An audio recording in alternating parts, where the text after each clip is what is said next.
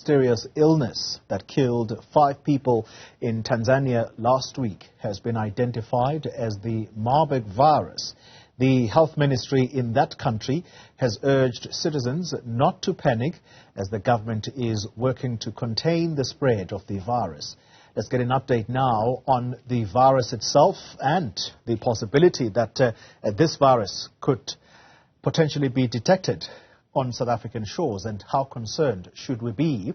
Joining us now is Professor Lucille Blumberg from the Right to Care umbrella and the Infectious Diseases Society of South Africa. Prof, good morning to you and thank you very much for your time. Let's start with the Marburg virus. What is it exactly and what kind of symptoms do people infected exhibit?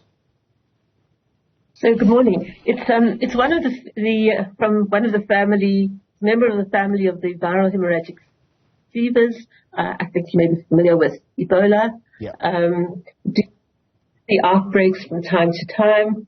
It causes severe illness with a high fatality rate, but it's not that easily spread. It comes from bats, particular fruit bats, which are in forests in Africa.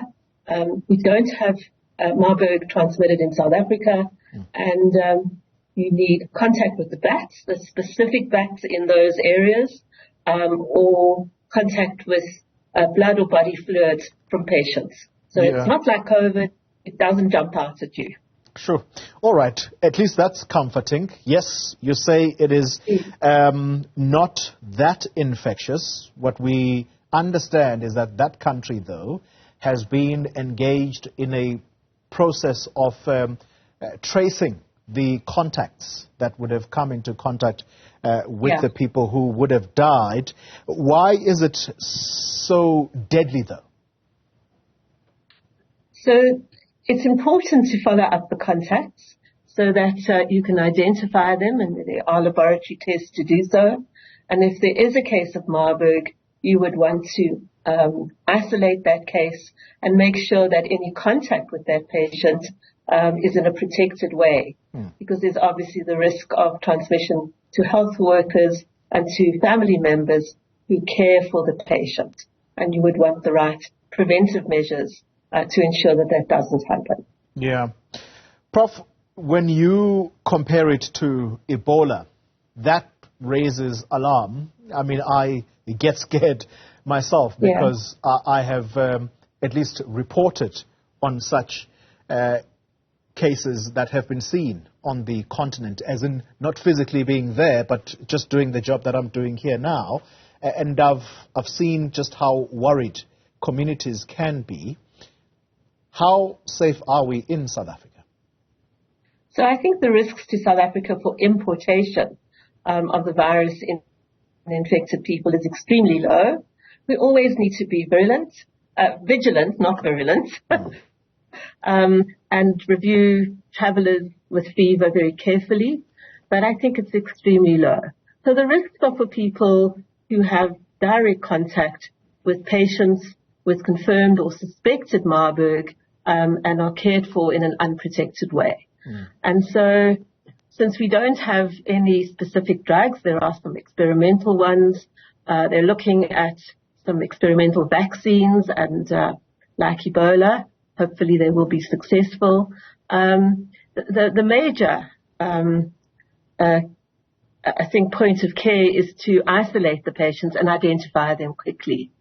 I need to just take this opportunity to remind people traveling in Africa that the commonest cause of fever is malaria. Yeah. And I think at this time when, there's Marburg, and people, suspected when somebody gets fever and they've been traveling in Africa, I think it's important for travelers to particularly take care and prevent malaria, or there'll be some confusion. Yeah. But risks to South Africa and importation would be extremely low. If we were to have a case like that in our country, do you think that we are well prepared to deal with it? I take from your previous response that there doesn't seem to be a particular vaccine against it. Is it fait accompli then that if you do contract it, you could potentially lose your life? So the mortality rates are high.